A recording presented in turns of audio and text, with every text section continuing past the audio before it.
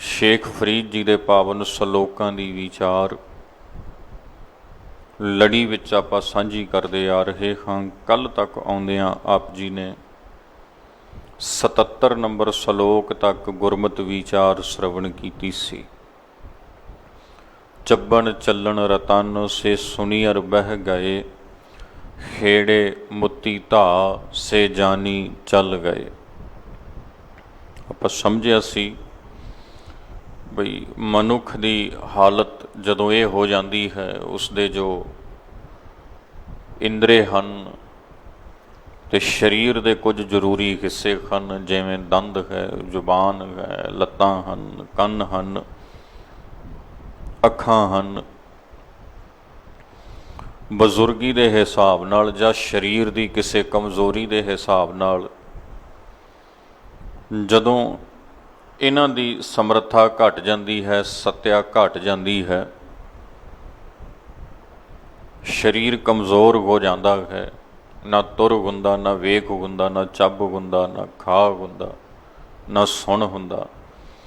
ਫਿਰ ਉਸ ਹਾਲਤ ਵਿੱਚ ਕਈ ਦਫੇ ਮਨੁੱਖ ਦੇ ਮਨ ਵਿੱਚ ਇਹ ਗੱਲ ਆਉਂਦੀ ਵੀ ਜਿਹ ਦੇਹ ਨਾਲਾ ਕੱਪਿਆ, ਜੇ ਗਲ ਕੱਪੈ ਚੁੱਖ, ਪਵਨ ਨਾ ਇਤੀ ਮਾਮਲੇ ਸਾਹਾਂ ਨਾ ਇਤੀ ਦੁੱਖ। ਫਿਰ ਮਨੁੱਖ ਕਈ ਵਾਰੀ ਸੋਚਣ ਲੱਗ ਪੈਂਦਾ ਇਹ ਗੱਲਾਂ ਬਈ ਜੇ ਕਿਤੇ ਪਹਿਲਾਂ ਹੀ ਇਹ ਜੀਵਨ ਖਤਮ ਹੋਇਆ ਹੁੰਦਾ, ਨਾ ਮਿਲਿਆ ਹੁੰਦਾ, ਤਾਂ ਇਹ ਜਿਹੜੇ ਝਮੇਲੇ ਨੇ ਇਹਨਾਂ 'ਚ ਨਾ ਪੈਂਦਾ ਅਤੇ ਨਾ ਹੀ ਇਹ ਦੁੱਖ ਦੇਖਣੇ ਪੈਂਦੇ, ਨਾ ਹੀ ਇਹ ਮੁਸ਼ਕਿਲਾਂ ਵਿੱਚੋਂ ਲੰਘਣਾ ਪੈਂਦਾ। ਸੋ ਇਹ ਜੋ ਦੁੱਖ ਹਨ, ਜੋ ਮੁਸ਼ਕਿਲਾਂ ਹਨ, ਇਹਨਾਂ ਦਾ ਜੀਵਨ ਦੇ ਨਾਲ ਇੱਕ ਗਹਿਰਾ ਸੰਬੰਧ ਹੈ, ਜ਼ਿੰਦਗੀ ਦੇ ਨਾਲ ਇੱਕ ਗਹਿਰਾ ਸੰਬੰਧ ਹੈ। ਜਦੋਂ ਤੱਕ ਜੀਵਨ ਹੈ, ਜ਼ਿੰਦਗੀ ਹੈ, ਇਹ ਸਰੀਰ ਦਾ ਹਿਸਾਬ ਕਿਤਾਬ ਦੁੱਖਾਂ ਵਾਲਾ, ਤਕਲੀਫਾਂ ਵਾਲਾ, ਮੁਸ਼ਕਿਲਾਂ ਵਾਲਾ, ਇਹਨੇ ਇਸੇ ਤਰ੍ਹਾਂ ਚੱਲਦੇ ਰਹਿਣਾ ਹੈ। ਜੇਕਰ ਆਪਾਂ ਵੇਖੀਏ ਅਤੇ ਇਹ ਦੁੱਖ ਤਕਲੀਫਾਂ ਇਹ ਸਾਨੂੰ ਹਰ ਜੀਵਨ ਵਿੱਚੋਂ ਮਿਲ ਜਾਣਗੀਆਂ, ਅਤੇ ਭਾਵੇਂ ਉਹ ਜੀਵਨ ਕਿਸੇ ਕਿੰਨੇ ਹੀ ਵੱਡੇ ਅਮੀਰ ਦਾ ਹੋਵੇ, ਗਰੀਬ ਦਾ ਹੋਵੇ, ਪੜ੍ਹੇ ਲਿਖੇ ਦਾ ਹੋਵੇ, ਅਨਪੜ੍ਹ ਦਾ ਹੋਵੇ, ਕਿਸੇ ਰਾਜੇ ਦਾ ਹੋਵੇ, ਪ੍ਰਜਾ ਵਿੱਚੋਂ ਕਿਸੇ ਆਮ ਇਨਸਾਨ ਦਾ ਹੋਵੇ, ਜਾਂ ਕਿਸੇ ਸਾਧੂ ਸੰਤ ਭਗਤ ਦਾ ਸਰੀਰ ਹੋਵੇ, ਜੀਵਨ ਹੋਵੇ। ਦੁੱਖ ਰੋਗ ਜਿਹੜੇ ਹਨ, ਤਕਲੀਫਾਂ ਜਿਹੜੀਆਂ ਹਨ, ਇਹ ਜੀਵਨ ਦਾ ਹਿੱਸਾ ਹਨ ਅਤੇ ਹਰ ਥਾਂ 'ਤੇ ਵਾਪਰਦੀਆਂ ਹਨ। ਕੋਈ ਐਸੀ ਥਾਂ ਨਹੀਂ ਹੈ ਜਿੱਥੇ ਨਾ ਵਾਪਰਨ, ਕਿਉਂਕਿ ਸਰੀਰ ਨਾਲ ਜੁੜੀਆਂ ਹੋਈਆਂ ਹਨ। ਅਤੇ ਜੋ ਰੱਬ ਦੀ ਬੰਦਗੀ ਕਰਨ ਵਾਲੇ ਰੱਬ ਦੇ ਪਿਆਰੇ ਹਨ, ਉਹਨਾਂ ਨੂੰ ਪਰਮੇਸ਼ਰ ਜੀ ਦੇ ਪਿਆਰ ਵਿੱਚੋਂ ਇਹ ਗੱਲ ਸਮਝ ਆ ਜਾਂਦੀ ਹੈ। ਉਹ ਇਸ ਗੱਲ ਨੂੰ ਮੰਨ ਲੈਂਦੇ ਨੇ, ਸਵੀਕਾਰ ਕਰ ਲੈਂਦੇ ਨੇ ਕਿ ਇਹ ਜੋ ਸਾਡੇ ਜੀਵਨ ਦਾ ਹਿੱਸਾ, ਇਹਨੇ ਹਰ ਹਾਲਤ ਵਿੱਚ ਜ਼ਿੰਦਗੀ ਦੇ ਨਾਲ ਚੱਲਣਾ, ਉਦੋਂ ਤੱਕ ਜਦੋਂ ਤੱਕ ਜੀਵਨ ਰਹਿਣਾ ਹੈ। ਇਸ ਲਈ ਇਹਨਾਂ ਤੋਂ ਭੱਜਣ ਦੀ, ਇਹਨਾਂ ਤੋਂ ਦੌੜਨ ਦੀ ਤਾਂ ਗੱਲ ਹੀ ਨਹੀਂ ਹੋ ਸਕਦੀ। ਅਤੇ ਜਿਵੇਂ ਹਨ ਇਹਨਾਂ ਨਾਲ ਰਹੀਏ, ਨਜਿੱਠਣਾ ਸਿੱਖੀਏ। ਸੋ ਉਹ ਫਿਰ ਚਿੰਤਾ ਤੋਂ ਵੀ ਉੱਪਰ ਉੱਠ ਜਾਂਦੇ ਨੇ, ਦੁੱਖਾਂ ਦੀ ਚਿੰਤਾ, ਰੋਗਾਂ ਤਕਲੀਫਾਂ ਦੀ ਚਿੰਤਾ, ਅਤੇ ਉਹ ਇਹਨਾਂ ਦੇ ਡਰ ਤੋਂ ਵੀ ਉੱਪਰ ਉੱਠ ਜਾਂਦੇ ਨੇ, ਅਤੇ ਉਹਨਾਂ ਦੇ ਮਨ ਵਿੱਚ ਕੋਈ ਪਛਤਾਵਾ ਨਹੀਂ ਹੁੰਦਾ, ਬਲਕਿ ਉਹਨਾਂ ਨੇ ਸਮਝ ਲਈ ਹੁੰਦੀ ਹੈ ਇਹ ਗੱਲ ਵੀ ਜੀਵਨ ਦੇ ਨਾਲ ਹੀ ਜੁੜੇ ਨੇ। ਉਦੋਂ ਤੱਕ ਸਰੀਰ ਦਾ ਹਿੱਸਾ ਨੇ ਜਦੋਂ ਤੱਕ ਸਰੀਰ ਜੀਵਤ ਹੈ। ਜਦੋਂ ਸਰੀਰ ਵੀ ਜੀਵਤ ਨਾ ਰਿਹਾ ਅਤੇ ਫਿਰ ਕਿਹੜੀਆਂ ਬਿਮਾਰੀਆਂ ਜੀ, ਕਿਹੜੀਆਂ ਤਕਲੀਫਾਂ, ਫਿਰ ਕਿਹੜੇ ਝਮੇਲੇ, ਫਿਰ ਤਾਂ ਸਭ ਕੁਝ ਮੁੱਕ ਜਾਣਾ, ਮਿਟ ਜਾਣਾ ਹੈ। ਸੋ ਇਸ ਲਈ ਬਾਬਾ ਜੀ ਸਮਝਾ ਰਹੇ ਨੇ, ਕਿਉਂਕਿ ਅਗਲਾ ਸ਼ਬਦ ਹੈ ਨਾ, ਜਿਹੜਾ ਸਲੋਕ ਹੈ, ਜਿਹੜਾ ਜਿੱਥੋਂ ਆਪਾਂ 78 ਨੰਬਰ ਤੋਂ ਅੱਜ ਵਿਚਾਰ ਨੂੰ ਆਰੰਭ ਕਰਨਾ ਵਾ, ਉਹ ਸਲੋਕ ਇਸੇ ਭਾਵ ਦਾ ਹੈ। ਸ਼ੇਖ ਫਰੀਦ ਸਾਹਿਬ ਕਹਿਣ ਲੱਗੇ, ਫਰੀਦਾ ਬੁਰੇ ਦਾ ਭਲਾ ਕਰ, ਗੁੱਸਾ ਮਨ ਨਾ ਹੰਢਾਏ, ਦੇਹੀ ਰੋਗ ਨਾ ਲੱਗਈ, ਪੱਲੇ ਸਭ ਕਿਛ ਪਾਏ। ਫਰੀਦਾ ਬੁਰੇ ਦਾ ਭਲਾ ਕਰ, ਹੁਣ ਇਸ ਸ਼ਲੋਕ ਤੋਂ ਇੱਕ ਤੇ ਇਹ ਭਾਵ ਸਮਝ ਲੈਣਾ ਅਤਿਅੰਤ ਲਾਜ਼ਮੀ ਹੈ ਕਿ ਸਾਡੇ ਸੰਸਾਰ ਵਿੱਚ, ਸਾਡੇ ਸਮਾਜ ਵਿੱਚ, ਆਲੇ ਦੁਆਲੇ ਵਿੱਚ ਜਿੱਥੇ ਚੰਗੇ ਲੋਕ ਹਨ ਉੱਥੇ ਬੁਰੇ ਵੀ ਹਨ, ਜਿੱਥੇ ਚੰਗਾ ਕਰਨ ਵਾਲੇ ਹਨ ਉੱਥੇ ਬੁਰਾ ਕਰਨ ਵਾਲੇ ਵੀ ਹਨ। ਕਿਉਂਕਿ ਫਰੀਦ ਸਾਹਿਬ ਕਹਿ ਰਹੇ ਨੇ ਬੁਰੇ ਦਾ ਭਲਾ ਕਰ। ਇਹਦਾ ਮਤਲਬ ਬੁਰੇ ਲੋਕ ਵੀ ਹਨ, ਇਹਦਾ ਹਿੱਸਾ ਹਨ ਇਸ ਜਗਤ ਦਾ, ਇਸ ਸਮਾਜ ਦਾ, ਇਸ ਸੰਸਾਰ ਦਾ। ਤੇ ਉਹਨਾਂ ਦੀ ਇਹ ਸਮਝ ਲਈਏ ਵੀ ਡਿਊਟੀ ਹੀ ਬੁਰਾ ਕਰਨ ਦੀ ਲੱਗੀ ਹੈ, ਉਹਨਾਂ ਨੂੰ ਕੰਮ ਹੀ ਬੁਰਾ ਕਰਨਾ ਦਿੱਤਾ ਗਿਆ ਹੈ। ਉਹਨਾਂ ਨੇ ਸਾਰੀ ਉਮਰ ਬੁਰਾ ਹੀ ਬੁਰਾ ਕਰਨਾ, ਚੰਗਾ ਨਹੀਂ ਕਰਨਾ ਕਦੀ, ਭਲਾ ਨਹੀਂ ਕਰਨਾ ਕਦੀ, ਬੁਰਾ ਹੀ ਕਰਨਾ। ਉਹ ਜਿੱਥੇ ਵੀ ਜਾਣਗੇ ਨਾ ਬੁਰੇ ਲੋਕ, ਉੱਥੇ ਬੁਰਿਆਈ ਹੀ ਕਰਨੀ। ਸਤਿਗੁਰੂ ਨਾਨਕ ਪਾਤਸ਼ਾਹ ਦੇ ਜੀਵਨ ਵਿੱਚ ਇੱਕ ਸਾਖੀ ਆਉਂਦੀ। ਕਹਿੰਦੇ ਧੰਨ ਗੁਰੂ ਨਾਨਕ ਪਾਤਸ਼ਾਹ ਮਹਾਰਾਜ ਇੱਕ ਜਗ੍ਹਾ ਗਏ, ਕਿਸੇ ਪਿੰਡ ਦੇ ਲੋਕ ਉਹਨਾਂ ਦੇ ਗੈਲ ਪੈ ਗਏ, ਉਹਨਾਂ ਨੂੰ ਬੁਰਾ ਭਲਾ ਕਿਹਾ, ਮੰਦਾ ਬੋਲਿਆ ਉਹਨਾਂ ਨੂੰ। ਤੇ ਪਾਤਸ਼ਾਹ ਗੁਰੂ ਨਾਨਕ ਜੀ ਉੱਥੋਂ ਚੱਲ ਪਏ ਤੇ ਜਾਂਦੇ ਜਾਂਦੇ ਕਹਿ ਗਏ, ਭਾਈ ਵਸਦੇ ਰਹੋ, ਤੁਸੀਂ ਵਸਦੇ ਰਹੋ। ਤੇ ਇਹ ਕਹਿ ਕੇ ਚੱਲ ਪਏ ਅੱਗੇ। ਤੇ ਕਿਤੇ ਹੋਰ ਪਹੁੰਚੇ, ਭਾਵੇਂ ਉਸੇ ਦਿਨ, ਭਾਵੇਂ ਅਗਲੇ ਦਿਨ, ਜਾਂ ਜਦੋਂ ਵੀ ਕਿਤੇ ਚੰਗੇ ਲੋਕ ਮਿਲੇ, ਚੰਗਾ ਪਿੰਡ ਮਿਲਿਆ, ਵਧੀਆ ਤਰੀਕੇ ਨਾਲ ਪਾਤਸ਼ਾਹ ਜੀ ਦੀ ਮੁਲਾਕਾਤ, ਮੇਲ ਮਿਲਾਪ ਹੋਇਆ, ਉਹਨਾਂ ਸੰਗਤ ਕੀਤੀ, ਬੜੇ ਵਧੀਆ ਉਹਨਾਂ ਦੇ ਸੁਭਾਅ ਸਨ, ਮਿਲਣਸਾਰ ਸਨ। ਗੁਰੂ ਨਾਨਕ ਪਾਤਸ਼ਾਹ ਉੱਥੇ ਰੁਕੇ ਤੇ ਜਦੋਂ ਉੱਥੋਂ ਸਤਿਗੁਰੂ ਜਾਣ ਲੱਗੇ ਤੇ ਕਹਿੰਦੇ ਜਾਂਦਿਆਂ ਜਾਂਦਿਆਂ ਪਾਤਸ਼ਾਹ ਜੀ ਮਹਾਰਾਜ ਨੇ ਆਖਿਆ, ਉਹਨਾਂ ਲੋਕਾਂ ਨੂੰ ਉੱਜੜ ਜਾਓ, ਭਾਈ ਤੁਸੀਂ ਉੱਜੜ ਜਾਓ। ਹੁਣ ਪੁੱਛਣ ਵਾਲਿਆਂ ਨੇ ਪੁੱਛਿਆ ਵੀ ਤੁਸੀਂ ਇਹ ਗੱਲ ਕਿਉਂ ਕਹੀ ਜੀ? ਇੰਨੇ ਵਧੀਆ ਤਰੀਕੇ ਨਾਲ ਸੇਵਾ ਕੀਤੀ ਲੋਕਾਂ ਨੇ, ਇੰਨੇ ਵਧੀਆ ਤਰੀਕੇ ਨਾਲ ਆਪ ਜੀ ਦੇ ਨਾਲ ਮੇਲ ਜੋਲ ਹੋਇਆ, ਫਿਰ ਵੀ ਤੁਸੀਂ ਇਹ ਗੱਲ ਕਹੀ। ਮਰਦਾਨਾ ਜੀ ਨੇ ਵੀ ਪੁੱਛਿਆ, ਮਹਾਰਾਜ ਜਿਹੜੇ ਤੇ ਲੋਕ ਚੰਗੇ ਨਹੀਂ ਸਨ ਉਹਨਾਂ ਨੂੰ ਤੇ ਤੁਸੀਂ ਕਿਹਾ ਬਈ ਵਸਦੇ ਰਹੋ, ਤੇ ਜਿਹੜੇ ਚੰਗੇ ਨੇ ਉਹਨਾਂ ਨੂੰ ਤੁਸੀਂ ਕਹਿ ਦਿੱਤਾ ਉੱਜੜ ਜਾਓ। ਤੇ ਕਹਿੰਦੇ ਗੁਰੂ ਨਾਨਕ ਪਾਤਸ਼ਾਹ ਜੀ ਨੇ ਸਮਝਾਇਆ, ਦੱਸਿਆ ਵੀ ਭਲਿਓ ਇਹਨੂੰ ਇਸ ਤਰੀਕੇ ਨਾਲ ਸਮਝੋ ਬਈ ਜਿਹੜਾ ਬੁਰਾ ਹੈ ਨਾ ਉਹ ਜਿੱਥੇ ਹੈ ਉੱਥੇ ਹੀ ਰਹੇ, ਉਹਦੀ ਬੁਰਾਈ ਵੀ ਉੱਥੇ ਹੀ ਰਹੇਗੀ।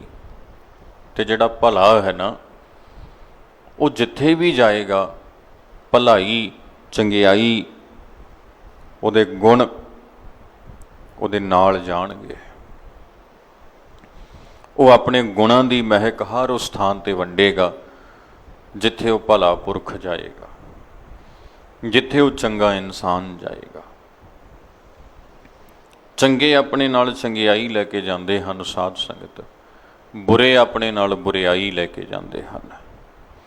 ਚੰਗਿਆਂ ਨੇ ਚੰਗਿਆਈ ਵੰਡਣੀ ਹੁੰਦੀ ਕਿਉਂਕਿ ਉਹਨਾਂ ਦੇ ਪੱਲੇ ਚੰਗਿਆਈ ਹੁੰਦੀ, ਗੁਣ ਹੁੰਦੇ ਨੇ, ਤੇ ਬੁਰਿਆਂ ਨੇ ਬੁਰਿਆਈ ਵੰਡਣੀ ਹੁੰਦੀ ਕਿਉਂਕਿ ਉਹਨਾਂ ਦੇ ਪੱਲੇ ਹੀ ਔਗੁਣ ਹੁੰਦੇ ਨੇ। ਉਹਨਾਂ ਕੋਲ ਜੋ ਹੁੰਦਾ ਉਹਨਾਂ ਨੇ ਉਹੀ ਵੰਡਣਾ ਹੁੰਦਾ, ਉਹਨਾਂ ਨੇ ਉਹੀ ਅੱਗੇ ਦੇਣਾ ਹੁੰਦਾ ਵਾ। ਸੋ ਬੁਰੇ ਲੋਕ ਸਮਾਜ ਵਿੱਚ ਹਨ, ਸਮਾਜ ਦਾ ਹਿੱਸਾ ਹਨ, ਇਸ ਗੱਲ ਤੋਂ ਆਪਾਂ ਮੁਨਕਰ ਨਹੀਂ ਹੋ ਸਕਦੇ। ਪਰ ਹਾਂ, ਜੇ ਕਿਧਰੇ ਸਾਡਾ ਵਾਹ ਬੁਰਿਆਂ ਨਾਲ ਪੈ ਗਿਆ ਫਿਰ ਆਪਾਂ ਕੀ ਕਰੀਏ? ਆਪਾਂ ਨੂੰ ਸਾਹਮਣਿਓਂ ਬੁਰੇ ਮਿਲ ਪਏ, ਮਾੜੇ ਲੋਕ ਮਿਲ ਪਏ ਜਿਹੜੇ ਆਪਣੇ ਨਾਲ ਬੁਰਿਆਈ ਕਰਨ ਲੱਗ ਪਏ, ਫਿਰ ਉੱਥੇ ਆਪਾਂ ਕੀ ਕਰਨਾ ਹੈ? ਤੇ ਉਸ ਗੱਲ ਨੂੰ ਧਿਆਨ ਵਿੱਚ ਰੱਖਦੇ ਹੋਏ ਸ਼ੇਖ ਫਰੀਦ ਜੀ ਦੱਸ ਰਹੇ ਨੇ, ਫਰੀਦਾ ਬੁਰੇ ਦਾ ਭਲਾ ਕਰ। ਕਹਿੰਦੇ ਭਾਈ ਦੇਖ, ਉਹਦੀ ਤੇ ਡਿਊਟੀ ਲੱਗੀ ਬੁਰਾ ਕਰਨ ਦੀ, ਉਹਦੇ ਤੇ ਪੱਲੇ ਹਨ ਔਗਣ, ਬੁਰਿਆਈ, ਉਹਨੇ ਤੇ ਉਹੀ ਕੱਢ ਕੇ ਤੈਨੂੰ ਦੇਣੀ ਆ। पर जे तेरे पल्ले गुण ने ना, चंगियाई है, भलियाई है तेरे कोल, ते तू अपनी वो भलाई, अपनी वो चंगियाई, अपना वो गुण वो वंडना है। तू उसकी सांझ पाउणी, क्योंकि तेरे पल्ले गुण ते तू गुणां दी सांझ पा। जिहदे पल्ले अवगुण पिया, अवगुणां दी सांझ पाउंदा। बुरे दा भला कर, तू उसका भी भला कर, उसनू भी भले रस्ते उपर तोरन की कोशिश कर, सही रस्ते उपर चलण की कोशिश कर भी वो चले सही रस्ते ते यतन कर।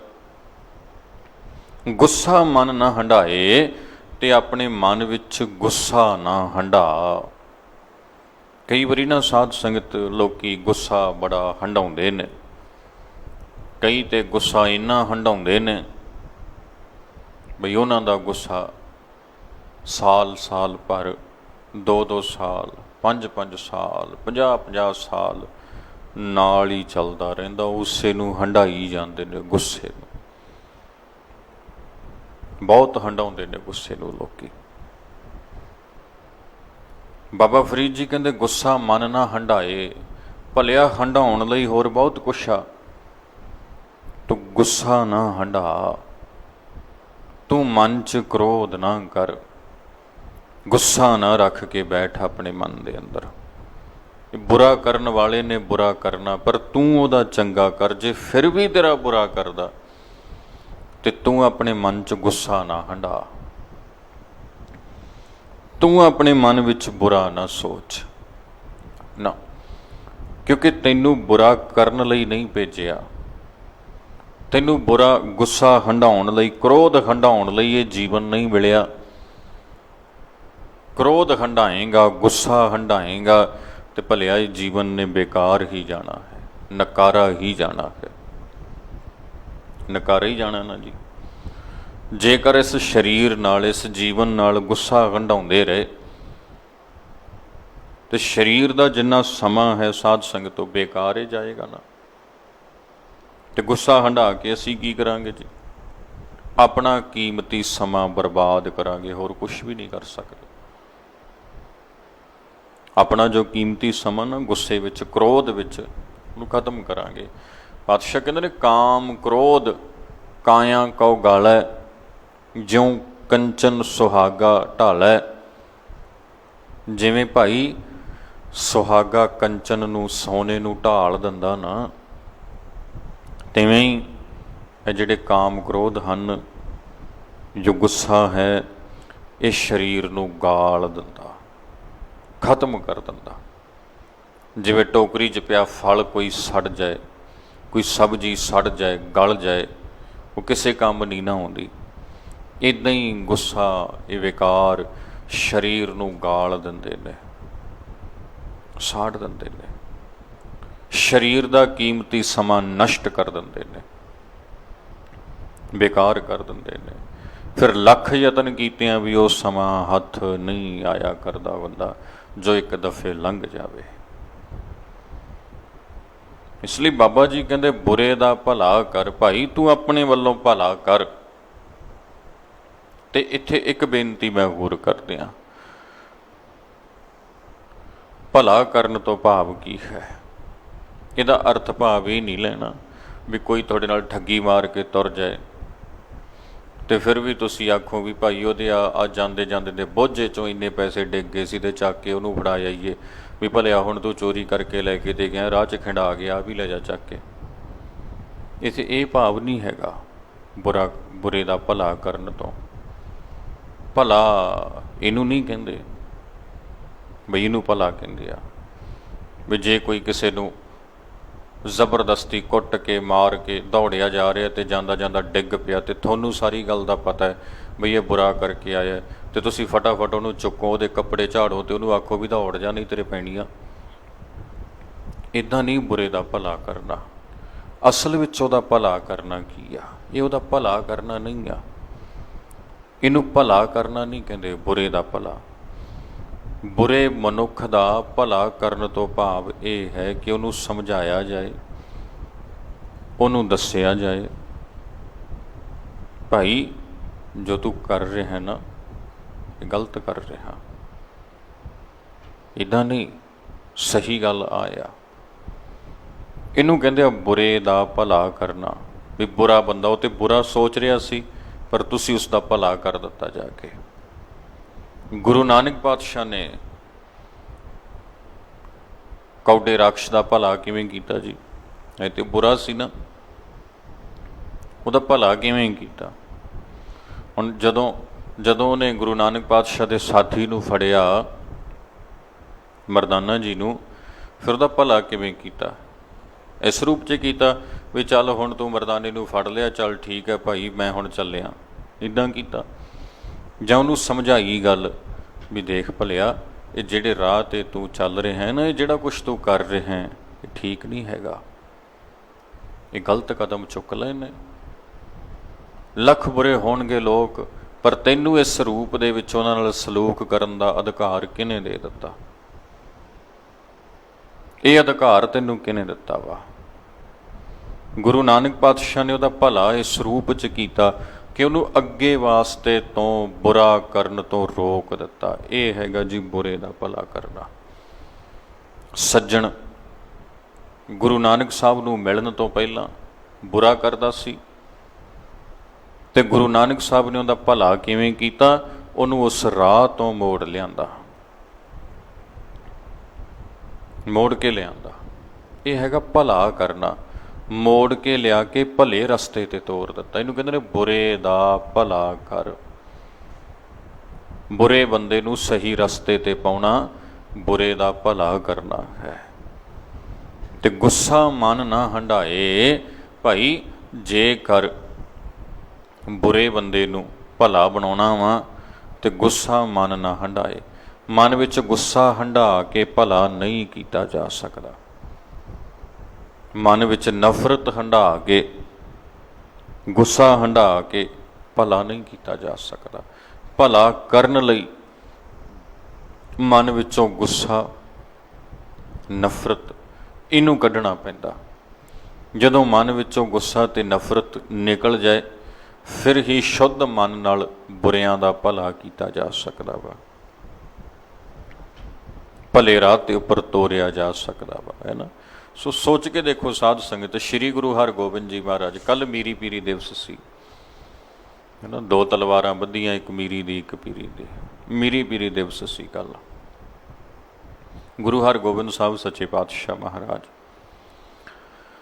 ਗੁਰਗੱਦੀ 'ਤੇ ਬੈਠਦੇ ਨੇ, ਤੇ 5ਵੇਂ ਪਾਤਸ਼ਾਹ ਗੁਰੂ ਅਰਜਨ ਦੇਵ ਮਹਾਰਾਜ, ਜਿਹੜੇ ਪਿਤਾ ਸਨ ਗੁਰੂ ਹਰਗੋਬਿੰਦ ਸਾਹਿਬ ਦੇ, ਉਹਨਾਂ ਨੂੰ ਤੱਤੀ ਤਵੀ 'ਤੇ ਬਿਠਾਲ ਕੇ, ਦੇਗ 'ਚੋਂ ਉਬਾਲ ਕੇ, ਪਿੰਡੇ 'ਤੇ ਰੇਤ ਪਾ ਕੇ, ਤਸੀਹੇ ਦੇ ਕੇ ਸ਼ਹੀਦ ਕੀਤਾ ਗਿਆ ਸੀਗਾ ਨਾ।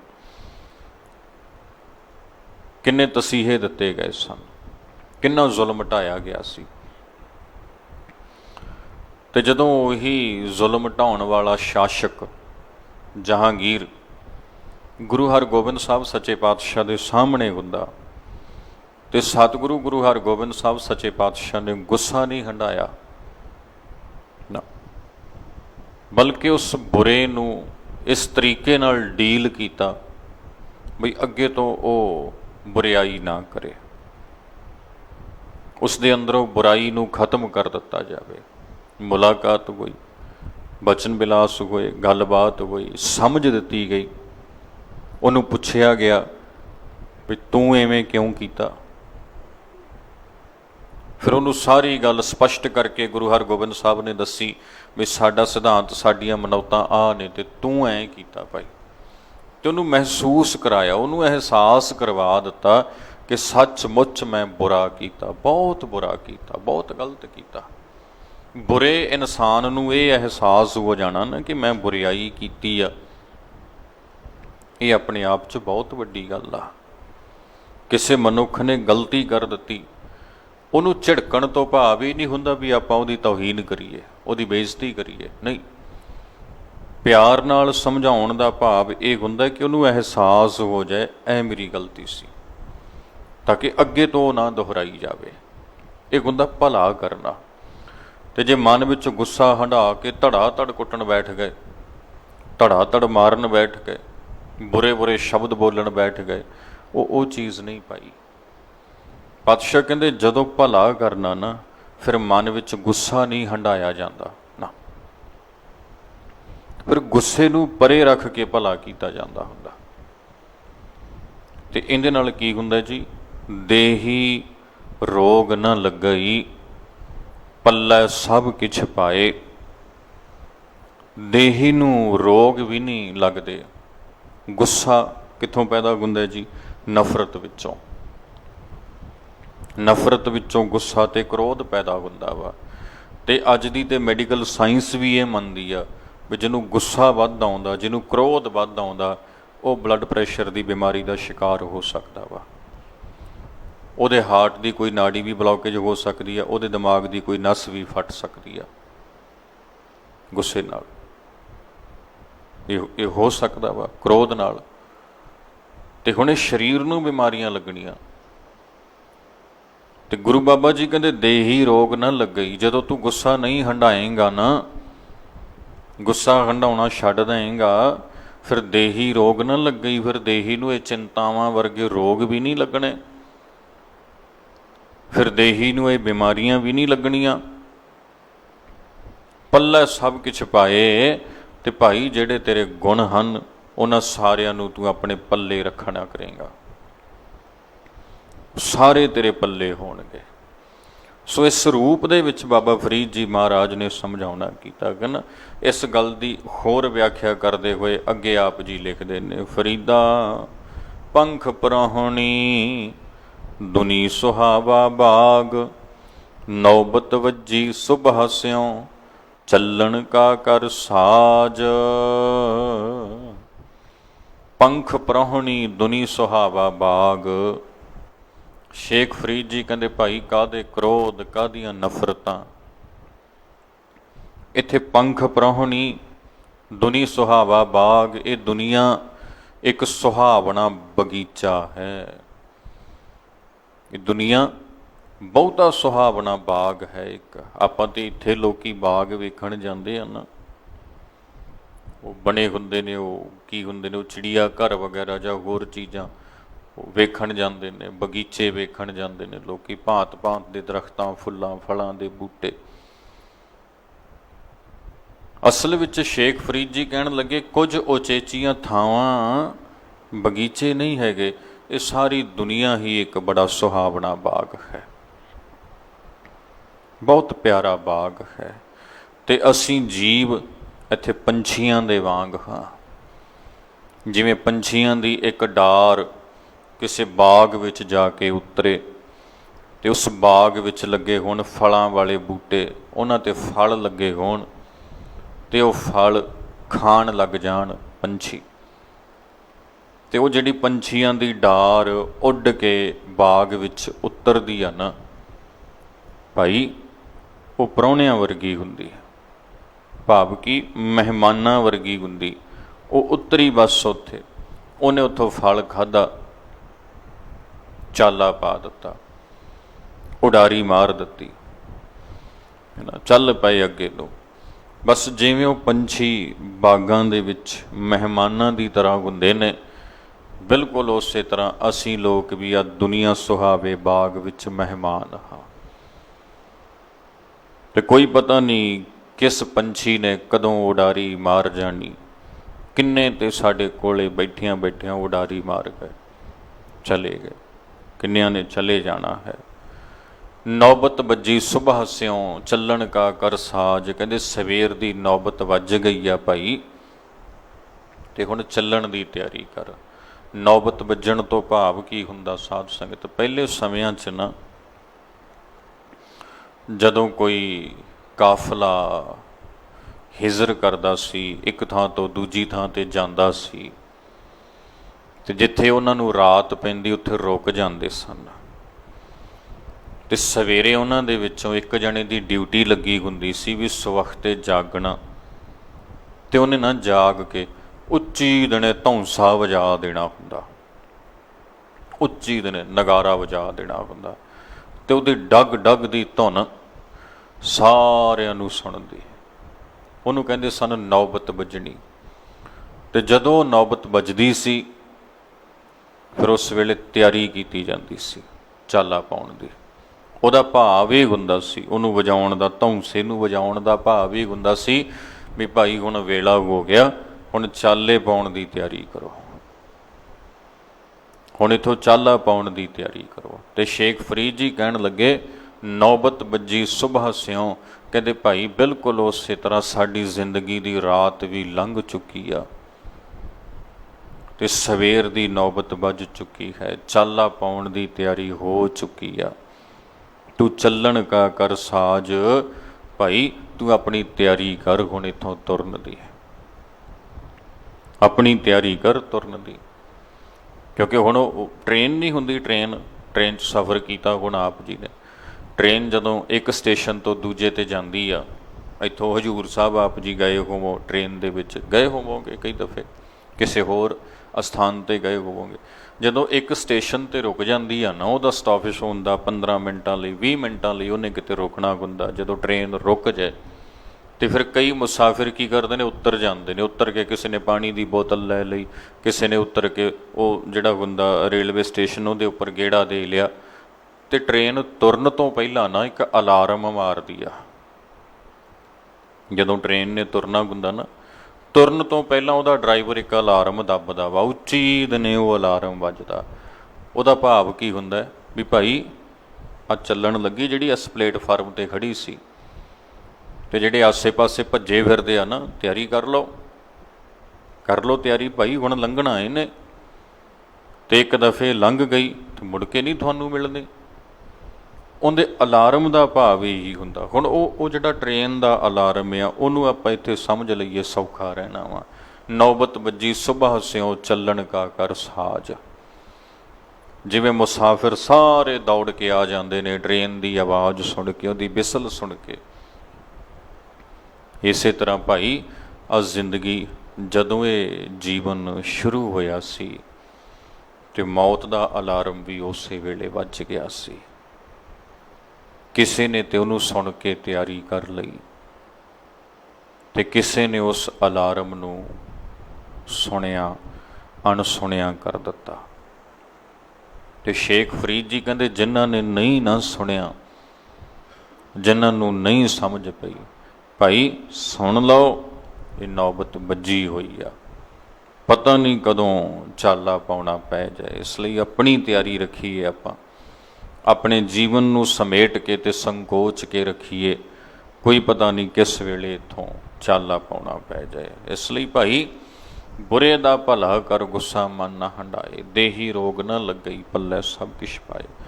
ਅਗਲਾ ਸ਼ਲੋਕ ਹੈ ਜੀ 80 ਨੰਬਰ, ਉਹ ਵੀ ਬੜਾ ਪਿਆਰਾ ਹੈ। ਸ਼ੇਖ ਫਰੀਦ ਜੀ ਦੇ ਸ਼ਲੋਕਾਂ ਦੇ ਇੱਕ ਇੱਕ ਸ਼ਲੋਕ ਦੇ ਭਾਵ ਨੇ ਜਿਹੜੇ, ਉਹ ਬੜੇ ਪ੍ਰੇਮ ਤੇ ਪਿਆਰ ਨਾਲ ਭਰੇ ਪਏ ਹਨ। ਆਪ ਜੀ ਕਿਰਪਾ ਕਰਦੇ ਹਨ। ਫਰੀਦਾ ਰਾਤ ਕਥੂਰੀ ਵੰਡੀਐ, ਸੁਤਿਆਂ ਮਿਲੈ ਨਾ ਭਾਓ, ਜਿਨ੍ਹਾਂ ਨੈਣ ਨਿੰਦਰਾ ਵਲੇ, ਤਿਨਾਂ ਮਿਲਣ ਕੋ ਆਓ। ਇਹ 80 ਨੰਬਰ ਸ਼ਲੋਕ ਹੈ। ਤੇ ਹੁਣ ਇੱਥੇ ਫਰੀਦ ਜੀ ਕਹਿਣ ਲੱਗੇ ਫਰੀਦਾ ਰਾਤ ਕਥੂਰੀ ਵੰਡੀ ਹੈ, ਸੁੱਤਿਆਂ ਮਿਲੈ ਨਾ ਭਾਓ। ਕਹਿੰਦੇ ਭਾਈ ਰਾਤ ਦੇ ਸਮੇਂ 'ਚ, ਰਾਤ ਦੇ ਵੇਲੇ ਇੱਥੇ ਕਸਤੂਰੀ ਵੰਡੀ ਜਾਂਦੀ ਆ, ਕਸਤੂਰੀ, ਤੇ ਮਿਲਦੀ ਉਹਨਾਂ ਨੂੰ ਆ ਜਿਹੜੇ ਜਾਗਦੇ ਨੇ, ਜਿਹੜੇ ਸੁੱਤੇ ਰਹਿ ਜਾਂਦੇ ਆ ਨਾ ਉਹਨਾਂ ਨੂੰ ਨਹੀਂ ਮਿਲਦੀ। ਹੁਣ ਕਸਤੂਰੀ ਆ ਨਾ ਜਿਹੜਾ ਸਾਧ ਸੰਗਤ, ਇਹ ਇੱਕ ਬਹੁਤ ਮਹਿੰਗਾ ਸੁਗੰਧੀ ਵਾਲਾ ਪਦਾਰਥ ਆ, ਬਹੁਤ ਮਹਿੰਗਾ ਸੁਗੰਧੀ ਵਾਲਾ ਪਦਾਰਥ ਆ। ਤੇ ਕਸਤੂਰੀ ਹਿਰਨ ਦੀ ਨਾਭੀ 'ਚ ਹੁੰਦੀ ਆ। ਹਿਰਨ ਹੁੰਦਾ ਨਾ ਜਿਹੜਾ, ਇੱਕ ਤੇ ਆਮ ਹਿਰਨ ਹੁੰਦੇ ਨੇ, ਇੱਕ ਹਿਰਨ ਹੁੰਦਾ ਖਾਸ ਕਿਸਮ ਦਾ, ਉਹ ਉੱਚੇ ਪਹਾੜਾਂ 'ਚ ਰਹਿੰਦਾ। ਉਹਨਾਂ ਦੀ ਕਿਸਮ ਆਪਣੀ ਆ ਤੇ ਉਹਨਾਂ ਦੀ ਗਿਣਤੀ ਵੀ ਥੋੜ੍ਹੀ ਆ। ਉਹਨਾਂ ਹਿਰਨਾਂ ਦੀ ਨਾਭੀ ਦੇ ਵਿੱਚ ਸੁਗੰਧੀ ਆਉਂਦੀ ਆ, ਉਹਨੂੰ ਕਹਿੰਦੇ ਨੇ ਕਸਤੂਰੀ ਹੋਣੀ ਉਹਨਾਂ ਦੇ ਅੰਦਰ। ਤੇ ਉਹ ਜਿਹੜੀ ਕਸਤੂਰੀ ਆ ਨਾ, ਤੁਸੀਂ ਕਦੀ ਗੂਗਲ 'ਤੇ ਸਰਚ ਮਾਰ ਕੇ ਵੇਖਿਓ, ਕਦੀ ਐਮਾਜ਼ੋਨ ਦੇ ਉੱਪਰ ਸਰਚ ਮਾਰਿਓ, ਕਸਤੂਰੀ ਬੜੀ ਮਹਿੰਗੀ ਕੀਮਤ ਆ ਉਹਦੀ, ਉਹ ਗ੍ਰਾਮਾਂ ਦੇ ਵਿੱਚ ਬਹੁਤ ਮਹਿੰਗੀ ਮਿਲਦੀ ਆ। ਉਹ ਅੱਜ ਦੇ ਸਮੇਂ ਵੀ, ਹੁਣ ਵੀ ਤੁਸੀਂ ਉਹ ਖਰੀਦ ਸਕਦੇ ਹੋ। ਜੇ ਓਰੀਜਨਲ ਕਿੱਥੋਂ ਮਿਲ ਜਾਏ ਤੇ ਉਹਦੀ ਕੀਮਤ ਬੜੀ ਮਹਿੰਗੀ ਆ ਕਸਤੂਰੀ ਦੀ। ਹੁਣ ਵੀ ਤੁਹਾਨੂੰ ਉਹਦੀ ਫੋਟੋ ਵੀ ਮਿਲ ਜਾਣੀ ਆ ਕਸਤੂਰੀ ਦੀ, ਤੇ ਉਹਦੇ ਬਾਰੇ ਸਾਰੀ ਦੀ ਸਾਰੀ ਜਾਣਕਾਰੀ ਵੀ ਮਿਲ ਜਾਣੀ ਆ। ਸੁਗੰਧੀ ਵੀ ਆਉਂਦੀ ਤੇ ਪਦਾਰਥ ਵੀ ਬੜਾ ਕੀਮਤੀ, ਬਹੁਤ ਮਹਿੰਗਾ ਵਾ। ਤੇ ਹੁਣ ਇੱਥੇ ਸ਼ੇਖ ਫਰੀਦ ਜੀ ਨੇ ਕਸਤੂਰੀ ਤੋਂ ਭਾਵ ਦਿੱਤਾ ਪਰਮਾਤਮਾ ਦਾ ਨਾਮ। ਕਹਿੰਦੇ ਭਾਈ ਜਿਹੜਾ ਵਾਹਿਗੁਰੂ ਦਾ ਨਾਮ ਆ ਨਾ, ਉਹ ਕਸਤੂਰੀ ਵਰਗਾ ਵਾ। ਉਹ ਮਹਿੰਗਾ ਵੀ ਆ, ਕੀਮਤੀ ਵੀ ਆ, ਤੇ ਸੁਗੰਧੀਦਾਇਕ ਵੀ ਆ।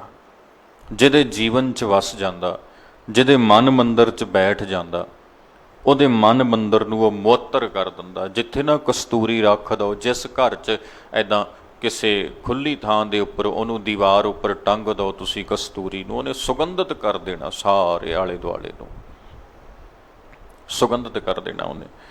ਤੇ ਹੁਣ ਇੱਥੇ ਦੱਸਦੇ ਹਨ ਸ਼ੇਖ ਫਰੀਦ ਸਾਹਿਬ, ਰਾਤ ਕਥੂਰੀ ਵੰਡੀ ਹੈ। ਕਹਿੰਦੇ ਭਾਈ ਰਾਤ ਦੇ ਸਮੇਂ 'ਚ ਇਹ ਕਸਤੂਰੀ ਵੰਡੀ ਜਾਂਦੀ ਆ, ਇਹ ਵਰਤਾਈ ਜਾਂਦੀ ਆ। ਪਰਮੇਸ਼ਰ ਦਾ ਨਾਮ ਰਾਤ ਦੇ ਸਮੇਂ 'ਚ ਵੰਡਿਆ ਜਾਂਦਾ। ਸੁੱਤਿਆਂ ਮਿਲੈ ਨਾ ਪਾਓ। ਤੇ ਜਿਹੜੇ ਭਾਈ ਸੁੱਤੇ ਹੁੰਦੇ ਆ ਨਾ, ਸੁੱਤੇ, ਉਹਨਾਂ ਨੂੰ ਇਹ ਭਾਓ, ਉਹਨਾਂ ਨੂੰ ਇਹ ਪਿਆਰ, ਉਹਨਾਂ ਨੂੰ ਇਹ ਨਾਮ ਇਹ ਨਹੀਂ ਮਿਲਿਆ ਕਰਦਾ। ਹੁਣ ਇੱਥੇ ਕਿਹੜੀ ਰਾਤ ਦੀ ਗੱਲ ਹੋ ਰਹੀ ਹੈ ਜੀ? ਇੱਕ ਤਾਂ ਹੁਣ ਰਾਤ ਲੰਘ ਕੇ ਗਈ ਆ ਨਾ, ਹੁਣ 6:45 ਹੋਣ ਵਾਲੇ ਨੇ, ਧੁੱਪ ਚੜ੍ਹ ਚੁੱਕੀ ਆ, ਦਿਨ ਚੜ੍ਹ ਚੁੱਕਿਆ ਹੋਇਆ। ਇੱਕ ਤਾਂ ਇਹ ਆਪਣਾ ਦਿਨ ਤੇ ਰਾਤ ਹੁੰਦਾ ਵਾ, ਰਾਤ ਲੰਘ ਕੇ ਗਈ ਆ। ਪਰ ਇੱਕ ਰਾਤ ਦੀ ਗੱਲ ਗੁਰਬਾਣੀ 'ਚ ਹੋਈ, ਕਿਉਂਕਿ ਇਹਦੋਂ ਪਿਛਲਾ ਸ਼ਲੋਕ ਇਹਦੇ ਨਾਲ ਜੁੜਿਆ ਹੋਇਆ। ਆਪਾਂ ਗੱਲ ਕਰਕੇ ਹਟੇ ਨਾ, ਨੌਬਤ ਵੱਜੀ ਸੁਬਾ ਸਿਉਂ ਚੱਲਣ ਕਾ ਕਰ ਸਾਜ। ਵੀ ਭਾਈ ਹੁਣ ਸਵੇਰ ਦੀ ਨੌਬਤ ਵੱਜ ਚੁੱਕੀ ਹੈ, ਹੁਣ ਚਾਲੇ ਪਾਉਣ ਦੀ ਤਿਆਰੀ ਕਰ ਤੂੰ ਆਪਣੀ। ਇੱਥੇ ਕਿਹੜੀ ਸਵੇਰ ਦੀ ਗੱਲ ਹੋਈ ਜੀ? ਜ਼ਿੰਦਗੀ ਦਾ ਅੰਤਮ ਸਮਾਂ, ਉਹਨੂੰ ਸਵੇਰ ਕਿਹਾ ਗਿਆ। ਤੇ ਹੁਣ ਰਾਤ ਕਿਹਨੂੰ ਆਖਿਆ ਗਿਆ? ਰਾਤ ਕਥੂਰੀ ਵੰਡੀ ਹੈ। ਰਾਤ ਤੋਂ ਭਾਵ ਆ ਜੀਵਨ, ਆ ਜ਼ਿੰਦਗੀ, ਆ ਜਿਹੜੀ ਆਪਾਂ ਜਿਉਂ ਰਹੇ ਹਾਂ ਹੁਣ, ਇਹਨੂੰ ਰਾਤ ਕਿਹਾ ਗਿਆ। ਜੀਵਨ ਨੂੰ ਗੁਰਬਾਣੀ ਵਿੱਚ ਰਾਤ ਕਿਹਾ ਗਿਆ ਵਾ। ਰਾਤ, ਰਹਿਣ, ਰਾਤ ਕਿਹਾ। ਤੇ ਪਾਤਸ਼ਾਹ ਜੀ ਕਹਿੰਦੇ ਰਾਤ ਕਥੂਰੀ ਵੰਡੀ ਹੈ। ਭਾਈ ਜਿਹੜੀ ਇਹ ਨਾਮ ਦੀ ਕਸਤੂਰੀ ਆ ਨਾ, ਇਹ ਉਸ ਵੇਲੇ ਵੰਡੀ ਜਾਂਦੀ ਹੁੰਦੀ ਜਦੋਂ ਤੱਕ ਜ਼ਿੰਦਗੀ ਹੁੰਦੀ, ਜੀਵਨ ਹੁੰਦਾ। ਜਦੋਂ ਇਹ ਸਰੀਰ ਖਤਮ, ਜਦੋਂ ਇਹ ਜੀਵਨ ਖਤਮ, ਜਦੋਂ ਇਹ ਜ਼ਿੰਦਗੀ ਖਤਮ, ਫਿਰ ਕਸਤੂਰੀ ਦੀ ਗੱਲ ਵੀ ਨਹੀਂ ਹੋ ਸਕਦੀ ਹੁੰਦੀ, ਫਿਰ ਉਸ ਦੀ ਪ੍ਰਾਪਤੀ ਦੀ ਗੱਲ ਵੀ ਨਹੀਂ ਹੋ ਸਕਦੀ। ਕਿਉਂਕਿ ਜਿਹਨੇ ਪ੍ਰਾਪਤ ਕਰਨਾ ਸੀ ਉਹ ਤੇ ਰਿਹਾ ਕੋਈ ਨਹੀਂ, ਉਹ ਤੇ ਹੈ ਹੀ ਨਹੀਂ। ਹੁਣ ਪ੍ਰਾਪਤ ਕੌਣ ਕਰੇਗਾ ਜੀ? ਸੋ ਰਾਤ ਕਥੂਰੀ ਵੰਡੀ ਹੈ ਭਾਈ, ਪਰਮੇਸ਼ਰ ਦੇ ਨਾਮ ਦੀ ਕਸਤੂਰੀ ਜੀਵਨ ਤੇ ਜ਼ਿੰਦਗੀ ਦੇ ਸਮੇਂ ਵੰਡੀ ਜਾ ਰਹੀ ਆ। ਸੁੱਤਿਆਂ ਮਿਲੈ ਨਾ ਭਾਓ, ਜਿਨ੍ਹਾਂ ਦੀ ਉਮਰ ਸੁੱਤਿਆਂ ਦੀ ਹੀ ਲੰਘ ਜਾਂਦੀ ਹੈ, ਮਾਇਆ ਦੀ ਨੀਂਦ ਵਿੱਚ ਸੁੱਤੇ ਪਏ ਹਨ। ਤਿਹੀਂ ਗੁਣੀ ਸੰਸਾਰ ਭ੍ਰਮ ਸੁੱਤਾ, ਸੁੱਤਿਆਂ ਰੈਣ ਵਿਹਾਣੀ। ਲਿਖਿਆ ਨਾ ਗੁਰੂ ਅਮਰਦਾਸ ਮਹਾਰਾਜ ਨੇ। ਪਾਤਸ਼ਾਹ ਕਹਿੰਦੇ ਤਿਹੀਂ ਗੁਣੀ, 3 ਗੁਣੀ ਮਾਇਆ ਦੇ ਵਿੱਚ ਸੰਸਾਰ ਭ੍ਰਮ ਸੁੱਤਾ। ਭਾਈ ਸੰਸਾਰ ਤੇ ਭਟਕ ਕੇ ਸੁੱਤਾ ਪਿਆ ਹੈ। ਸੁੱਤਿਆਂ ਰੈਣ ਵਿਹਾਣੀ, ਤੇ ਸੁੱਤੇ ਪਿਆਂ ਦੀ ਰਾਤ ਲੰਘ ਗਈ। ਰੈਣ ਜ਼ਿੰਦਗੀ, ਜੀਵਨ ਲੰਘ ਗਿਆ। ਸਾਰੀ ਉਮਰ ਕਈ ਲੋਕਾਂ ਨੂੰ ਜਾਗ ਨਹੀਂ ਆਉਂਦੀ ਹੁੰਦੀ, ਸਾਰੀ ਉਮਰ ਹੀ ਸੁੱਤਿਆਂ ਦੀ ਲੰਘ ਜਾਂਦੀ ਹੈ। ਕਿਸੇ ਕੋਲ ਥੋੜ੍ਹਾ ਸਮਾਂ ਹੁੰਦਾ, ਕਿਸੇ ਕੋਲ ਬਹੁਤਾ ਸਮਾਂ ਹੁੰਦਾ, ਪਰ ਗੱਲ ਥੋੜ੍ਹੇ ਜਾਂ ਬਹੁਤ ਸਮੇਂ ਦੀ ਨਹੀਂ, ਗੱਲ ਜਾਗਣ ਦੀ ਹੈ। ਇੱਕ ਉਹ ਵੀ ਨੇ ਜਿਹੜੇ 5 ਤੇ 7 ਸਾਲ ਦੀ ਉਮਰ 'ਚ ਜਾਗ ਪਏ ਸੀ, ਸੋਝੀ ਆ ਗਈ ਸੀ। ਤੇ ਇੱਕ ਉਹ ਵੀ ਹੁੰਦੇ ਆ ਸਾਧ ਸੰਗਤ ਜਿਨ੍ਹਾਂ ਨੂੰ 50 ਤੱਕ ਵੀ ਸੋਝੀ ਨਹੀਂ ਆਉਂਦੀ। ਵਜ਼ੀਰ ਖਾਨ ਤੇ ਟੱਪ ਗਿਆ ਸੀ 50-70 ਨੂੰ, ਉਹਨੂੰ ਫਿਰ ਵੀ ਸੋਝੀ ਨਹੀਂ ਸੀ ਆਈ। ਤੇ ਬਾਬਾ ਜ਼ੋਰਾਵਰ ਸਿੰਘ, ਬਾਬਾ ਫਤਿਹ ਸਿੰਘ 5 ਤੇ 7 ਸਾਲਾਂ ਤੱਕ ਸਨ, ਉਹਨਾਂ ਨੂੰ ਉਹ ਸੋਝੀ ਉੱਥੇ ਆ ਚੁੱਕੀ ਸੀ। ਸੋ ਸਮੇਂ ਦੀ ਗੱਲ ਨਹੀਂ ਕਿਹਨੇ ਵੱਧ ਬਿਤਾਇਆ ਕਿਹਨੇ ਘੱਟ ਬਿਤਾਇਆ, ਗੱਲ ਇਹ ਹੈ ਬਈ ਜ਼ਿੰਦਗੀ ਜਿਉਂਦਿਆਂ ਅੱਖਾਂ ਖੁੱਲ੍ਹ ਜਾਣ, ਸੋਝੀ ਆ ਜਾਏ, ਇਹ ਪਤਾ ਚੱਲ ਜਾਏ ਕੋਈ ਪਤਾ ਨਹੀਂ ਕਦੋਂ ਇੱਥੋਂ ਅਲਾਰਮ ਵੱਜ ਜਾਏ ਤੇ ਸਾਨੂੰ ਦੌੜ ਕੇ ਆਪਣੀ ਗੱਡੀ ਫੜਨੀ ਪੈ ਜਾਏ ਤੇ ਅਸੀਂ ਆਪਣੇ ਆਲੇ ਦੁਆਲੇ ਬੈਠਿਆਂ ਨੂੰ ਇਹ ਛੱਡ ਕੇ, ਰੋਂਦਿਆਂ ਨੂੰ ਇਹ ਛੱਡ ਕੇ ਲੰਘ ਜਾਈਏ।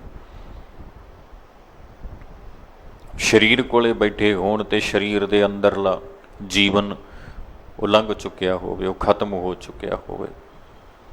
ਸੋ ਕੋਈ ਪਤਾ ਨਹੀਂ ਕਿਸ ਵੇਲੇ ਨੇ ਖਤਮ ਹੋਣਾ ਵਾ। ਇਸ ਲਈ ਜਦੋਂ ਤੱਕ ਇਹ ਜੀਵਨ ਹੈ, ਅਸੀਂ ਆਪਣੀਆਂ ਅੱਖਾਂ ਖੋਲ੍ਹ ਕੇ ਇਹਦੀ ਹਕੀਕਤ ਨੂੰ ਪਛਾਣੀਏ ਤੇ ਨਾਮ ਦੀ ਕਸਤੂਰੀ ਨੂੰ ਪ੍ਰਾਪਤ ਕਰਨ ਦੀ ਕੋਸ਼ਿਸ਼ ਕਰੀਏ।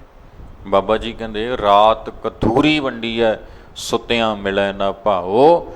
ਭਾਈ ਜਿਨ੍ਹਾਂ ਦੀ ਸਾਰੀ ਉਮਰ ਮਾਇਆ ਦੀ ਨੀਂਦੇ ਸੁੱਤਿਆਂ ਦੀ ਹੀ ਲੰਘ ਗਈ, ਜਿਨ੍ਹਾਂ ਨੂੰ ਜਾਗ ਹੀ ਨਹੀਂ ਆਈ, ਜਿਨ੍ਹਾਂ ਨੇ ਅੱਖਾਂ ਖੋਲ੍ਹ ਕੇ ਸੰਸਾਰ ਦੀ ਹਕੀਕਤ ਨੂੰ ਵੇਖਣਾ ਨਹੀਂ ਕੀਤਾ, ਉਹਨਾਂ ਨੂੰ ਪਰਮੇਸ਼ਰ ਦੇ ਪਿਆਰ ਦੀ ਦਾਤ ਪ੍ਰਾਪਤ ਨਹੀਂ ਹੁੰਦੀ। ਜਿਨ੍ਹਾਂ ਨੈਣ ਨਿੰਦਰਾ ਵੇਲੇ ਤਿੰਨਾਂ ਮਿਲਨ ਕੁਆਓ, ਜਿਨ੍ਹਾਂ ਦੇ ਨੇਤਰਾਂ ਦੇ ਵਿੱਚ, ਜਿਨ੍ਹਾਂ ਦੀਆਂ ਅੱਖਾਂ ਦੇ ਵਿੱਚ ਹਾਲੇ ਤੱਕ ਨੀਂਦ ਪਈ ਮਾਇਆ ਦੀ, ਉਹਨਾਂ ਨੂੰ ਭਾਈ ਕੀ ਮਿਲਣਾ ਹੈ? ਤਿੰਨਾਂ ਮਿਲਨ ਕੁਆਓ, ਕੁਆਓ ਦਾ ਅਰਥ ਕੀ ਮਿਲਣਾ ਹੈ? ਮਿਲਨ ਕੁਆਓ ਕੀ ਮਿਲਣਾ ਹੈ? ਭਾਵ ਕੁਝ ਵੀ ਨਹੀਂ ਮਿਲਣਾ। ਜਿਨ੍ਹਾਂ ਦੇ ਨੇਤਰਾਂ ਵਿੱਚ ਨੀਂਦ ਭਰੀ ਪਈ, ਜਿਨ੍ਹਾਂ ਦੇ ਸੁਰਤ ਦੇ ਨੇਤਰਾਂ ਵਿੱਚ ਮਾਇਆ ਦੀ ਨੀਂਦ, ਵਿਕਾਰਾਂ ਦੀ ਨੀਂਦ ਭਰੀ ਪਈ ਹੈ, ਉਹਨਾਂ ਨੂੰ ਭਾਈ ਇਹ ਨਾਮ ਦੀ ਕਸਤੂਰੀ ਪ੍ਰਾਪਤ ਨਹੀਂ ਹੋ ਸਕਦੀ, ਉਹਨਾਂ ਨੂੰ ਇਹ ਨਹੀਂ ਮਿਲ ਸਕਦਾ ਹੈ। ਸੋ ਇੱਦਾਂ ਦੱਸਿਆ ਹੈ, ਸੁਚੇਤ ਕੀਤਾ ਹੈ। ਅੱਗਿਓਂ ਸ਼ੇਖ ਫਰੀਦ ਸਾਹਿਬ ਕਿਰਪਾ ਕਰਦੇ ਹਨ। ਫਰੀਦਾ ਮੈਂ ਜਾਣਿਆ ਦੁੱਖ ਮੁਝ ਕੋ, ਦੁੱਖ ਸਬਾਇਐ ਜਗ, ਉੱਚੇ ਚੜ੍ਹ ਕੇ ਦੇਖਿਆ ਤਾਂ ਘਰ ਘਰ ਏਹਾ ਅੱਗ। ਫਰੀਦਾ ਮੈਂ ਜਾਣਿਆ ਦੁੱਖ ਮੁਝ ਕੋ, ਦੁੱਖ ਸਬਾਇਆ ਜਗ। ਮੈਨੂੰ ਤੇ ਇਉਂ ਸੀ ਬਈ ਮੈਨੂੰ ਹੀ ਇਹ ਦੁੱਖ ਚਿੰਬੜਿਆ ਹੈ, ਪਰ ਨਹੀਂ, ਦੁੱਖ ਸਬਾਇਆ ਜਗ, ਦੁੱਖ ਤੇ ਸਾਰੇ ਜਗਤ ਵਿੱਚ ਭਰਿਆ ਪਿਆ ਹੈ।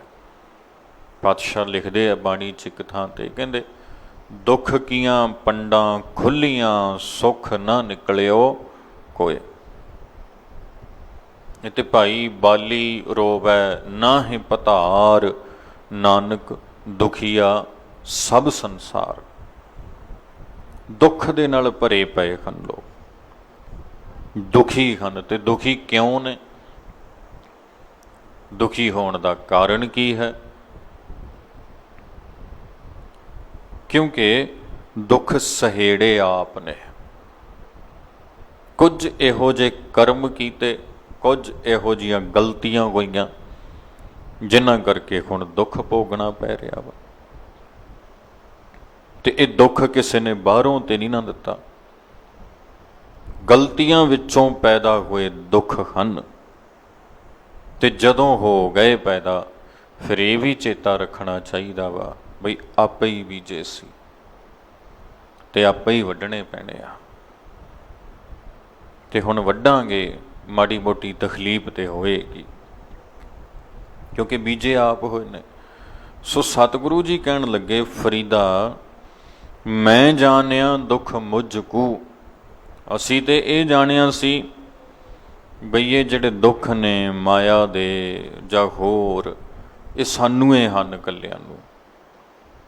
ਪਰ ਦੁੱਖ ਸਬਾਇਆ ਜਗ, ਪਰ ਜਦੋਂ ਥੋੜ੍ਹਾ ਜਿਹਾ ਲੋਕਾਂ ਨਾਲ ਮੇਲ ਮਿਲਾਪ ਕੀਤਾ, ਮਿਲ ਜੁਲ ਕੇ ਪੁੱਛਣਾ ਕੀਤਾ, ਦੁੱਖ ਤੇ ਸਾਰੇ ਜਗਤ ਵਿੱਚ ਵਿਆਪਿਆ ਹੋਇਆ,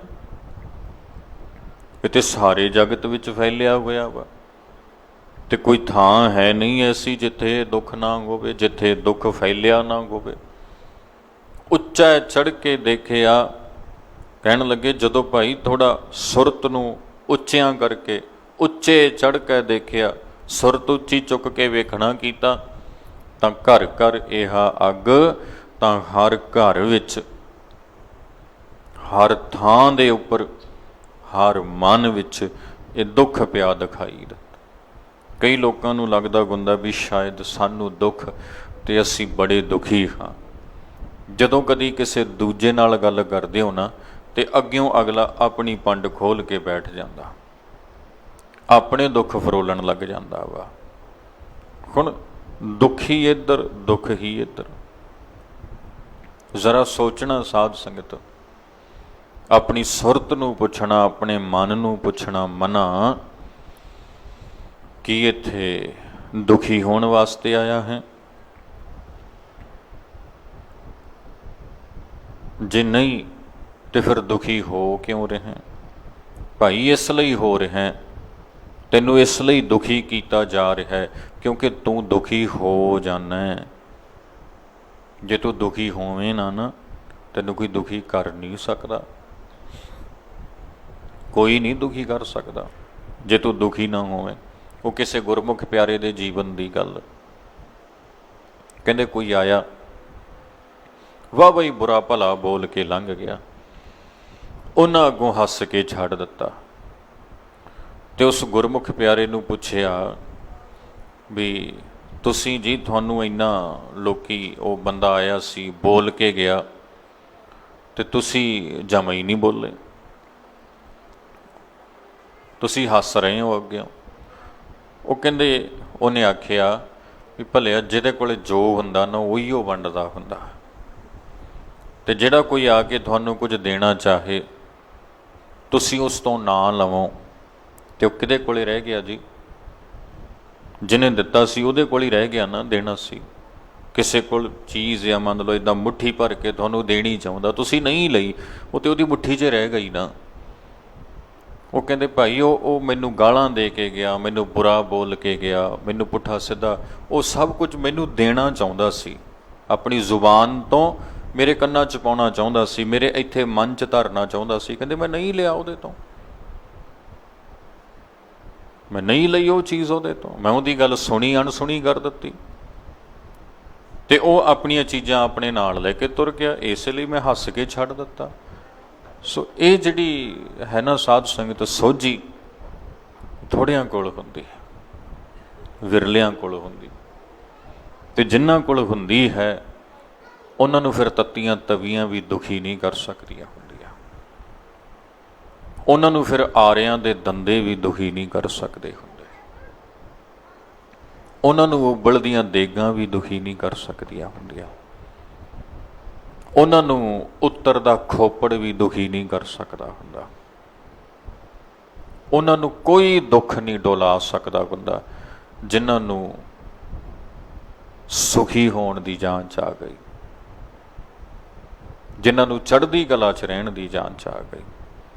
ਸੋ ਬਾਬਾ ਫਰੀਦ ਜੀ ਮਹਾਰਾਜ ਕਹਿਣ ਲੱਗੇ, ਦੁੱਖ ਸਬਾਇਆ ਜੱਗ, ਉੱਚੇ ਚੜ੍ਹ ਕੇ ਦੇਖਿਆ ਤਾਂ ਘਰ ਘਰ ਇਹ ਅੱਗ। ਜਦੋਂ ਭਾਈ ਥੋੜਾ ਸੁਰਤ ਨੂੰ ਉੱਚਿਆਂ ਚੁੱਕ ਕੇ ਵੇਖਿਆ ਤੇ ਪਤਾ ਚੱਲਿਆ ਇੱਥੇ ਤੇ ਸਾਰੇ ਹੀ ਦੁਖੀ ਨੇ, ਸੁਖੀ ਤੇ ਕੋਈ ਹੈ ਨਹੀਂ, ਕੋਈ ਕਿਸੇ ਤੋਂ, ਕੋਈ ਕਿਸੇ ਤੋਂ, ਕੋਈ ਕਿਸੇ ਤੋਂ, ਸਾਰੇ ਭਰੇ ਪਏ ਹੋਏ ਹੈਗੇ ਨੇ। ਸੋ ਇਸ ਲਈ ਭਾਈ ਇਹ ਜਿਹੜੇ ਦੁੱਖ ਨੇ, ਦੁੱਖ ਸੁੱਖ ਨੇ, ਜੋ ਵੀ ਹੈ, ਇਹ ਸਰੀਰ ਦਾ ਹਿੱਸਾ ਨੇ, ਇਹ ਜ਼ਿੰਦਗੀ ਦਾ ਹਿੱਸਾ ਨੇ। ਸੋ ਇਹਨਾਂ ਨੂੰ ਇਸੇ ਤਰ੍ਹਾਂ ਆਪਣੇ ਜੀਵਨ ਦਾ ਹਿੱਸਾ ਮੰਨ ਕੇ, ਆਪਣੀ ਸੁਰਤ ਨੂੰ ਪ੍ਰਭੂ ਚਰਨਾਂ ਵਿੱਚ ਜੋੜ ਕੇ, ਇਸ ਨੂੰ ਅਡੋਲ ਰੱਖਣ ਦੀ ਜਾਂਚ ਸਤਿਗੁਰੂ ਦੇ ਕੋਲੋਂ ਆਪਾਂ ਸਿੱਖਣੀ ਕਰੀਏ, ਤਾਂ ਕਿ ਜੀਵਨ ਦੀ ਅਵਸਥਾ ਕਿਹੋ ਜਿਹੀ ਵੀ ਕਿਉਂ ਨਾ ਬਣ ਜਾਵੇ, ਸੁਰਤ ਹਰ ਵੇਲੇ ਅਡੋਲ ਰਹੇ, ਸੁਰਤ ਨੂੰ ਇਹ ਸਮਝ ਆ ਜਾਵੇ ਬਈ ਇਹ ਚੀਜ਼ਾਂ ਮੈਨੂੰ ਡੋਲਾਉਣ ਲਈ ਤੇ ਮੈਨੂੰ ਦੁਖੀ ਕਰਨ ਲਈ ਕੀਤੀਆਂ ਜਾ ਰਹੀਆਂ ਨੇ, ਤੇ ਆਪਾਂ ਦੁਖੀ ਹੋਣਾ ਨਹੀਂ, ਹਾਲੇ ਤੇ ਹੋਰ ਵੀ ਬਹੁਤ ਕੁਝ ਹੋਣਾ, ਆਪਾਂ ਦੁਖੀ ਹੋਣਾ ਨਹੀਂ। ਜਦੋਂ ਇਹ ਜਾਂਚ ਆ ਜਾਂਦੀ ਹੈ ਨਾ, ਫਿਰ ਸਾਧ ਸੰਗਤ ਫਿਰ ਨਹੀਂ, ਫਿਰ ਕਿਸੇ ਵੀ ਪ੍ਰਕਾਰ ਦੀ ਕੋਈ ਮੁਸ਼ਕਿਲ ਹੋਵੇ ਉਹ ਡੋਲਾ ਨਹੀਂ ਸਕਦੀ ਹੁੰਦੀ। ਸਤਿਗੁਰੂ ਗੁਰੂ ਗੋਬਿੰਦ ਸਿੰਘ ਸੱਚੇ ਪਾਤਸ਼ਾਹ ਮਹਾਰਾਜ, ਉਹਨਾਂ ਨੇ ਜ਼ਿੰਦਗੀ 'ਚ ਕੀ ਕੀ ਨਹੀਂ ਵੇਖਿਆ। ਇੱਕ ਉਹ ਵੀ ਸਮਾਂ ਸੀ ਜਦੋਂ ਉਹਨਾਂ ਦੇ ਘਰ 4 ਬੱਚਿਆਂ ਦਾ ਆਗਮਨ ਹੋਇਆ ਸਮੇਂ-ਸਮੇਂ ਤੇ। ਇੱਕ ਉਹ ਵੀ ਸਮਾਂ ਸੀ ਜਦੋਂ ਸ਼ਹਿਨਸ਼ਾਹਾਂ ਦੇ ਵਾਂਗ ਆਨੰਦਪੁਰ ਸਾਹਿਬ 'ਚ ਰਹਿੰਦੇ ਨੇ, ਤੇ ਇੱਕ ਉਹ ਵੀ ਸਮਾਂ ਸੀ ਜਦੋਂ ਉਹਨਾਂ ਨੂੰ ਆਨੰਦਪੁਰ ਛੱਡਣਾ ਪਿਆ। ਇੱਕ ਉਹ ਵੀ ਸਮਾਂ ਸੀ ਜਦੋਂ ਉਹਨਾਂ ਦੇ ਅਜੀਤ ਸਿੰਘ ਤੇ ਜੁਝਾਰ ਸਿੰਘ ਉਹਨਾਂ ਦੀਆਂ ਅੱਖਾਂ ਸਾਹਮਣੇ ਸ਼ਹੀਦ ਹੋ ਗਏ। ਉਹ ਵੀ ਸਮਾਂ ਸੀ ਜਦੋਂ ਉਹਨਾਂ ਨੂੰ ਜ਼ੋਰਾਵਰ ਸਿੰਘ, ਫਤਿਹ ਸਿੰਘ ਦੀ ਕੋਈ ਖਬਰ ਨਹੀਂ ਸੀ, ਹੈ ਨਾ। ਕੀ ਕੁਝ ਨਹੀਂ ਉਹਨਾਂ ਨੇ ਵੇਖਿਆ ਤੇ ਹੰਢਾਇਆ ਆਪਣੀ ਜ਼ਿੰਦਗੀ 'ਚ। ਇਹ ਸਭ ਇਸ ਲਈ ਕੀਤਾ ਗਿਆ ਬਈ ਗੁਰੂ ਗੋਬਿੰਦ ਸਿੰਘ ਨੂੰ ਦੁਖੀ ਕਰੀਏ, ਦੁਖੀ ਕਰੀਏ, ਦੁਖੀ ਕਰੀਏ। ਪਰ ਦੁਖੀ ਕਰਨ ਵਾਲਿਆਂ ਨੇ ਆਪਣੀ ਅੱਡੀ ਚੋਟੀ ਦਾ ਜ਼ੋਰ ਲਾ ਕੇ ਵੇਖ ਲਿਆ। ਉਹਨਾਂ ਨੇ ਆਪਣਾ ਸਾਰਾ ਬਲ ਤਾਣ ਲਾ ਲਿਆ, ਹਰ ਤਰੀਕਾ ਵਰਤ ਲਿਆ, ਪਰ ਸਤਿਗੁਰੂ ਸੱਚੇ ਪਾਤਸ਼ਾਹ ਤੋਂ ਉਹਨਾਂ ਦਾ ਖੇੜਾ, ਉਹਨਾਂ ਦੀ ਚੜ੍ਹਦੀ ਕਲਾ ਨਹੀਂ ਖੋ ਸਕੇ, ਉਹ ਨਹੀਂ ਖਤਮ ਕਰ ਸਕੇ। ਸੋ ਉਹ ਇੱਕ ਜਾਂਚ ਹੁੰਦੀ ਆ ਸਾਧ ਸੰਗਤ, ਅਤੇ ਉਹ ਜਾਂਚ ਗੁਰਬਾਣੀ ਦੀ ਸੋਝੀ ਵਿੱਚੋਂ ਮਨੁੱਖ ਦੀ ਸੁਰਤ ਵਿੱਚ ਪੈਦਾ ਹੁੰਦੀ ਹੈ। ਯਤਨ ਕਰੀਏ ਆਪਣੀ ਸੁਰਤ ਵਿੱਚ ਇਹ ਜਾਂਚ ਪੈਦਾ ਹੋਵੇ, ਤਾਂ ਜੋ ਆਪਣਾ ਜਨਮ ਜੀਵਨ ਸਫਲ ਸੁਖੀਆ ਸੁਹੇਲਾ ਹੋਵੇ। ਇੰਨੀ ਬੇਨਤੀ ਆਪ ਸਿੱਖ ਸੰਗਤ ਨੇ ਪ੍ਰਵਾਨ ਕਰਨੀ। ਗੁਰਮਤਿ ਵਿਚਾਰ ਦੀ ਸਾਂਝ ਪਾਉਂਦਿਆਂ ਹੋਈਆਂ ਬੇਅੰਤ ਭੁੱਲਾਂ ਲਈ ਖਿਮਾ ਬਖਸ਼ਣੀ।